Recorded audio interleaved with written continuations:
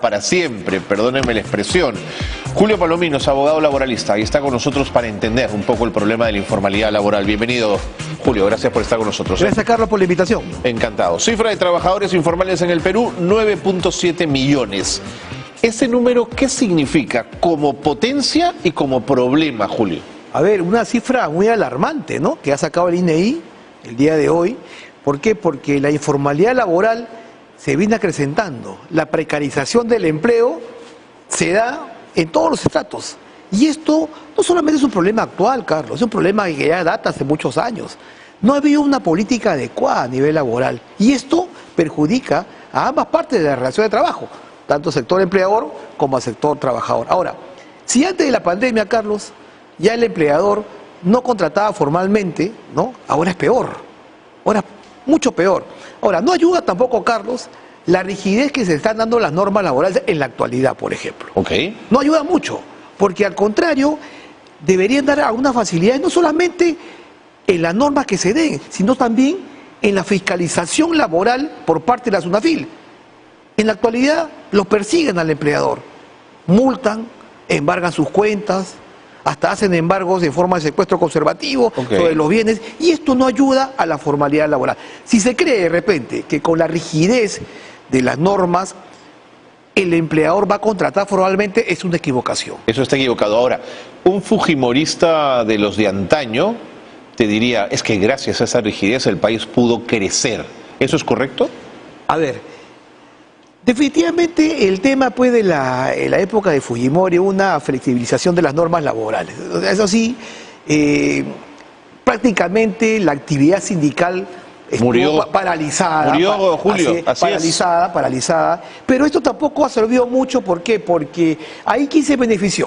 Una de las partes de la relación de trabajo, sí, pues. El empleador, nada más. Ahora, que también se perjudicó al sector trabajador. ¿Por qué? Porque el derecho a la sindicación, a la negociación colectiva, a la huelga, son derechos constitucionales. Absolutamente. Así es. Entonces, ahí también no hubo una política de repente adecuada, porque... Por el contrario, hubo mecanismos de desaliento muy perversos, Julio. Es correcto, Carlos. Pero también, en el tiempo, se ha venido fortaleciendo también la labor sindical, que es bueno. ¿Por qué? Porque en un Estado de Derecho las normas constitucionales están para cumplirse. Entonces, ahora que tenemos un panorama en la actualidad, ¿qué panorama tenemos? Tenemos un panorama muy penoso, muy oscuro a nivel laboral.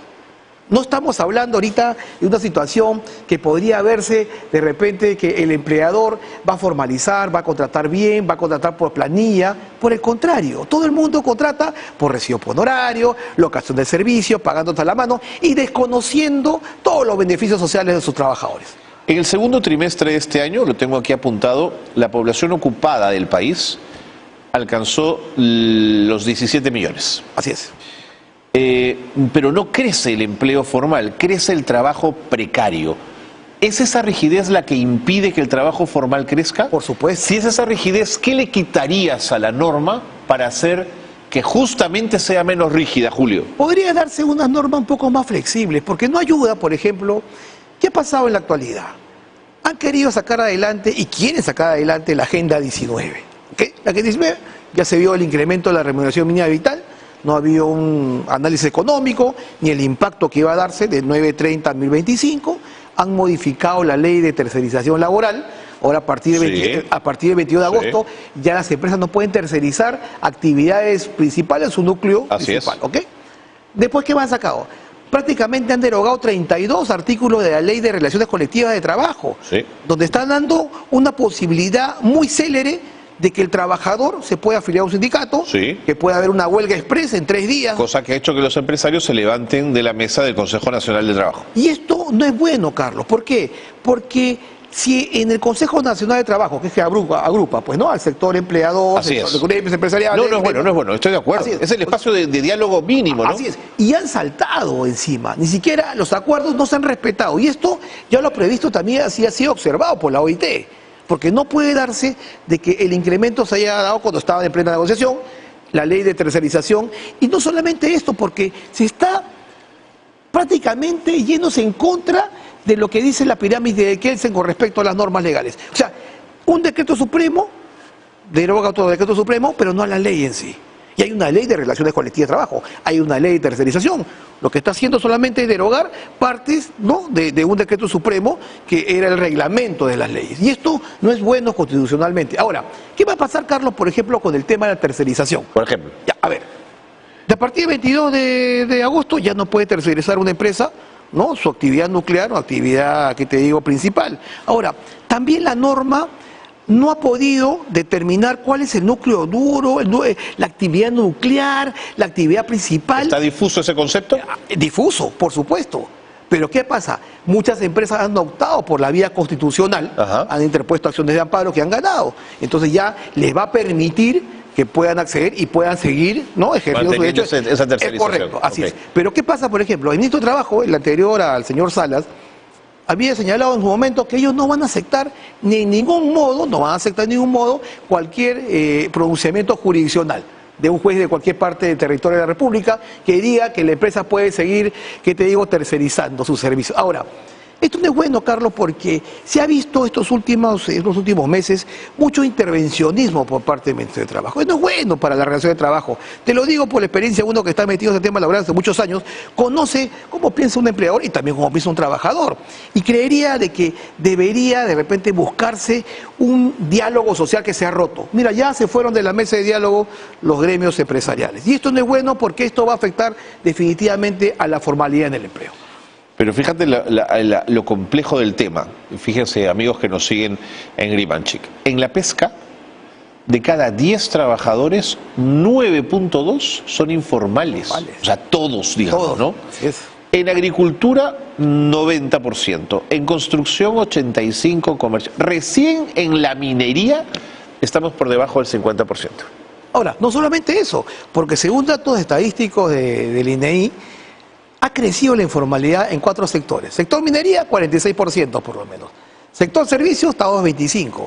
Sector manufacturas, 15%, y sector construcción civil, 9%. O sea, ha crecido la informalidad. Lo bien tú lo dices. Sí, ha crecido la informalidad. O sea, nadie quiere contratar formalmente, o sea, nadie quiere pagar beneficios.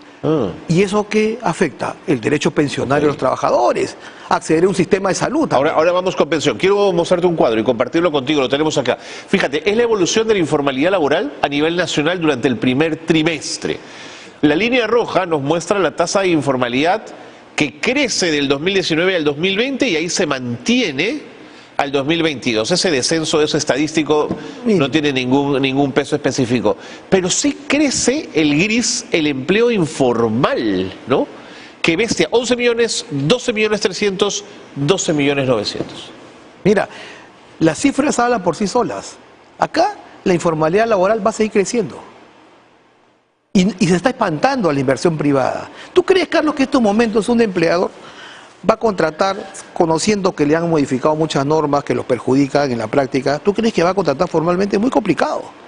Muy complicado que contrate, que le diga a un trabajador, te voy a meter a planilla, te voy a pagar tu carga social. Eso no lo va a hacer nunca. Ahora, ¿no te parece que somos muy críticos, como debemos serlo, con los empresarios, pero muy suaves con la contratación del Estado? ¿Qué pasa piola? ¿Y es la primera en romper las leyes laborales? Es el principal incumplidor de las normas laborales. Ahora, ¿qué ha pasado, por ejemplo? Tocas un tema muy importante, Carlos. ¿Qué ha pasado con el CAS? Salió la norma, ¿no? Van a pasar los CAS COVID a CAS regular. Así es. Es decir, todo el mundo decía ya, automático. ¿Y qué pasó el primer día útil después de la derogatoria de esta norma? Le cerraron la puerta en la cara a todos los trabajadores a CAS COVID. Sí, señor. Diciendo de que la entidad estatal tiene que ver el presupuesto. Y muchos de ellos que trabajaron en la COVID más dura y se entregaron. Que dieron la cara, se entregaron, Julio. Se entregaron. Pero ¿qué ha pasado? O sea, son normas solamente que populistas. ¿Para qué? Para pretender de que sí, vas a continuar en un CAS regular cuando ni siquiera estaba aprobado un presupuesto, Carlos. Hay un tema muy complicado también. Ahora, pero fíjate, el trabajo promedio mensual en el área urbana, en nuestro país, en lo informal, es de 1.500 soles. ¿Ok? Este es sin duda un país de ingresos muy bajos, Julio. Con esos ingresos, ¿cómo tienes pensiones? Si tienes una tributación, o sea, tú pagas mes a mes cantidades muy pequeñas con un sueldo tan pequeño. Por ponerte un ejemplo, ¿cómo accedes a una hipoteca? ¿Cómo tienes educación pública de calidad con sueldos como ese? Imposible, pues. Imposible, pues. 1.500 soles, considerando que la jornada del trabajador Buen peruano punto. es en Es más de exceso. 12 horas fácil. Es correcto. O sea, a nivel de Latinoamérica, el peruano es el que trabaja más, ¿no? Y cobra menos. Y eso no puede darse. Ahora, tú lo acabas de decir, 1.500 soles. Soles promedio, ¿para qué? sí, promedio. Claro, para mantener un hogar. Eso te digo, pues. O sea, no existe, pues, sistema de salud, sistema pensionario, y eso, de repente pensando que la contratación de ese trabajador va a ser formal. Porque Eso, señor. Así es, pensando eso. Y si es informal, ¿qué pasa si el trabajador se enferma? Tiene COVID, por ejemplo. No puede acceder a un sistema de salud. Y esto, mira, y esto es preocupante, Carlos, ¿por qué? Porque no solamente es decir, yo escuchaba, ¿no? El 28, el mensaje presidencial decía, ¿no? Vamos a acceder a todos los trabajadores independientes, informales, le vamos a dar un sistema de previsión social. ¿Cómo lo vas a hacer? Complicado. Si al trabajador formal no le pagan sus beneficios, imagínate al informal. Qué bestia. Y no hay un dato estadístico, solamente lo que acaba de decir el INEI, que son más o menos 9.7 millones de la informalidad laboral. Voy a ponerme de abogado del diablo. Lo que siempre dirán los empresarios es que esto que Julio llama rigidez para nosotros son sobrecostos. Y no podemos hacer empresa con esos sobrecostos. ¿Te parece una crítica justa?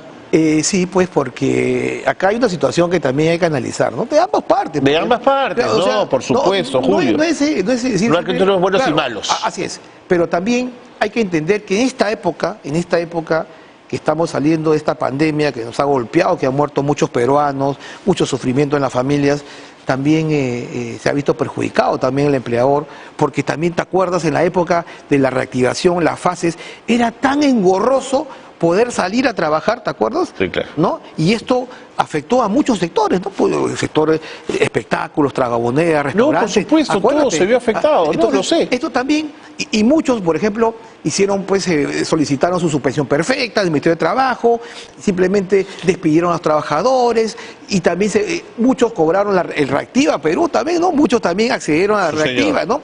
Y también habría que ver, pues... Mucho grandote accedió a la Reactiva Perú, ¿ah? Bueno, es la verdad. Pero como todas veces acá en nuestro país eso va a quedar, van a pagar o no van a pagar, es un tema que ya será motivo de otro análisis. No, ¿te imaginas que hagan perro muerto? No. A ver, pero eso será motivo de otro análisis. Pero ¿qué pasa? Lastimosamente, en nuestro país creo que no es un buen momento, Carlos, para darle una articulación legal con extremada rigidez. Clarísimo. Mira este cuadro. Pobreza monetaria versus informalidad laboral 2021.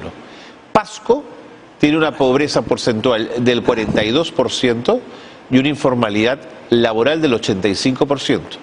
Huancavelica 41% de pobreza, informalidad laboral 94%. Es decir, allí donde hay más informalidad laboral, hay más pobreza. O sea, el cruce es clarísimo, Julio, ¿no? Allí donde la pobreza es alta es porque la informalidad laboral es alta, si lo quieres ver de otra manera.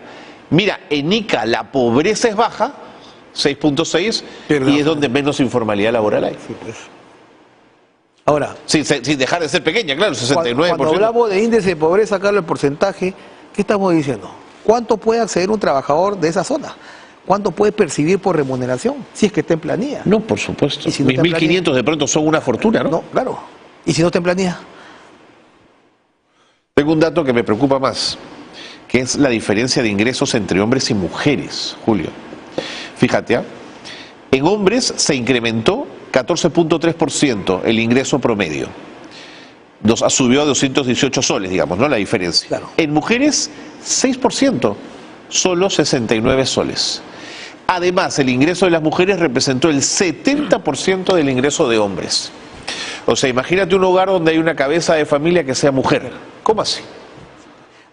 En nuestro país una ley de política salarial que debe evitar una diferenciación salarial entre hombre Sin y duda. mujer. Así es. Pero eso tampoco se cumple, porque las empresas se resisten a tener su política y diferenciar bien para a igual trabajo, igual remuneración. Ese es el principio lógico de derecho laboral. Correcto. Pero eso no se cumple en la práctica, pues. Bueno. En fin, un día voy a hacer una encuesta. ¿Cuántas personas en su vida han tenido un trabajo digno, digamos? No existe en tu país, ¿no? Yo en 30 años jamás he estado en planilla, creo que 1 año y medio estuve en planilla nada más, Julio, en 30 años de vida laboral. No sé si a ti te pasa lo mismo, pero Claro. tú hablas con la gente y la gente dice, ¿qué? ¿Planilla? Y le suena una cosa Claro. extrañísima. Pero Carlos, acá deberíamos, ¿no?, afianzar un tema. Dale, para cerrar, por favor. Para cerrar. ¿Por qué se le persigue tanto la SUNAFIL al empleador formal, que cumple con todo? Que ni siquiera mandó suspensión perfecta a sus trabajadores, que sacó de su plata de repente su caja para pagar a sus trabajadores.